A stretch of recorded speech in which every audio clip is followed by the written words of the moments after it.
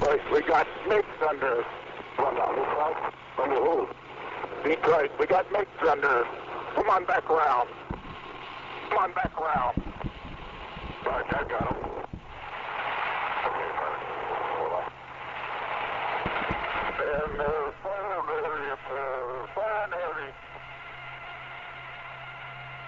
I got MiGs all around this place. Come on up here. Come on. You know, I had thoughts of the Lord. I had thoughts, you know, your life kind of flashes before you. My biggest concern was, if they kill me when I get to the ground, I thought, will my wife ever find out? Because every day,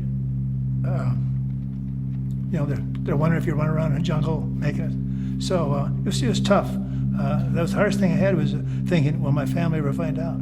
Or even if I survive, will they ever find out? I was about the best pilot going over there, because I'd practiced a lot and I worked at it. But I knew that somehow I'd made a mistake, because we were floating down in a parachute, about to be captured. I thought, what did you do wrong, Leo? And so I was feeling. I felt that it was my fault that she was going to go through that.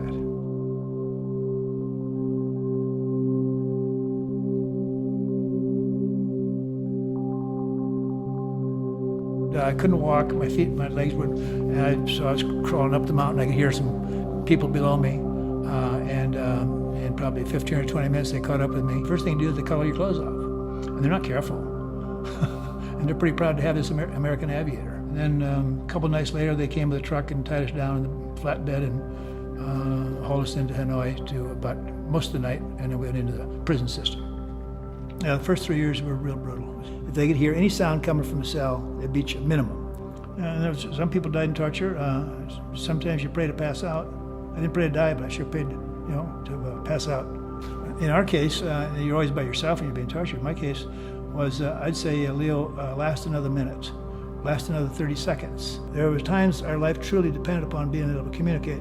All the aviators in that era, 1950s, 60s, we knew Morse code. At prison at night, in those first 3 years, if you were solitary and there was a cell next to you, the guys in the cell next to you, you'd get next to the wall when it was real quiet, because if they heard a sound, they'd beat you, so they had to tap quietly, kind of. But you'd tap this, 2-2. If you counted out A, B, C, D, F, G, first row, second letter, what's that?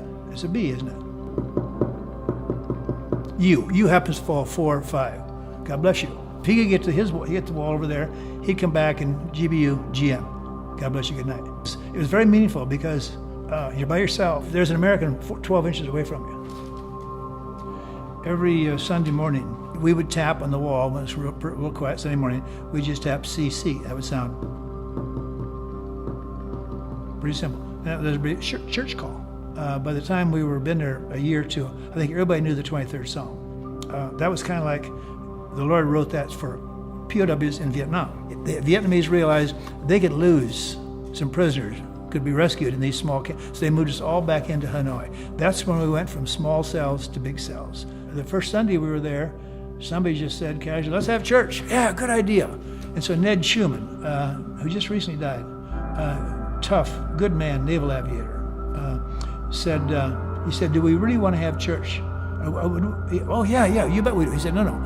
So he went around, he said, are you committed to having church? And there's 43 of us, he's the boss, he's the senior ranking officer. And every person said yes. So Ned knew right then, when that 42nd person said yes, Ned knew he was going to go to Heartbreak. Heartbreak was the name of torture cells. They came in with a bunch of guards, maybe 10 or 12 guards, an English-speaking interrogator. And Ned said, we'll take about 10 minutes, we'll be real quiet, real orderly, and we're just going to have a church service. Well, that doesn't go real well in a communist prison setting. So, and Ned knew what happened. And so they grabbed Ned, and they hauled him out, and scrubbed the neck, and hauled him off towards Heartbreak.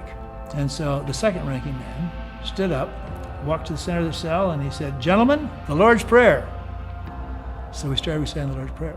We got about halfway through the Lord's Prayer, and they grabbed him.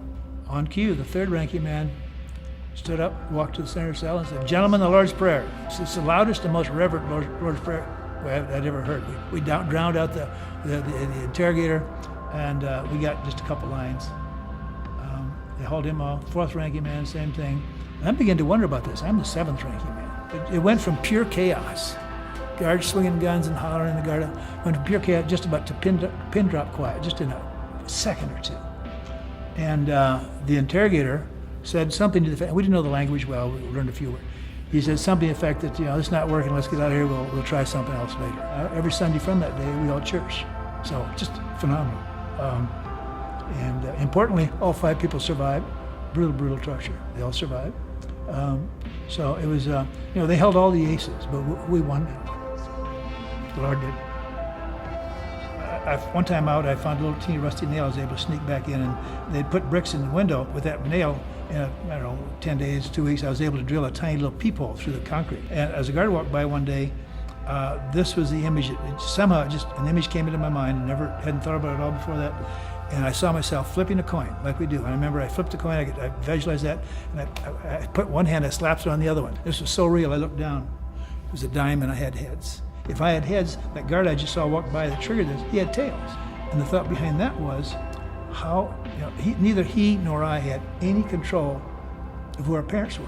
How was it mine were American and his were Vietnamese? Just by the fact I won the flip of the coin, and I was born in Walnut Grove, Minnesota, on a farm.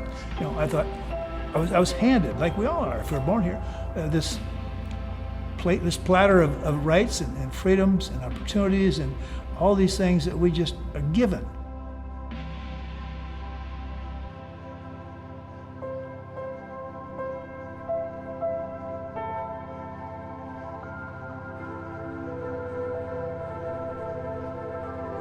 We taxied out. There was no elation. There was no clapping and cheering. We got in the runway. There still wasn't. Added power. Still nothing. When the airplane broke ground, that's when we knew it was real. The airplane nearly imploded. Just degrees of happiness. If the doorknob is on the inside, it's a good day. So, and every day I've been home. Every day I've been home so far. There's freedom. Open that door and walk out. So we did that, didn't we?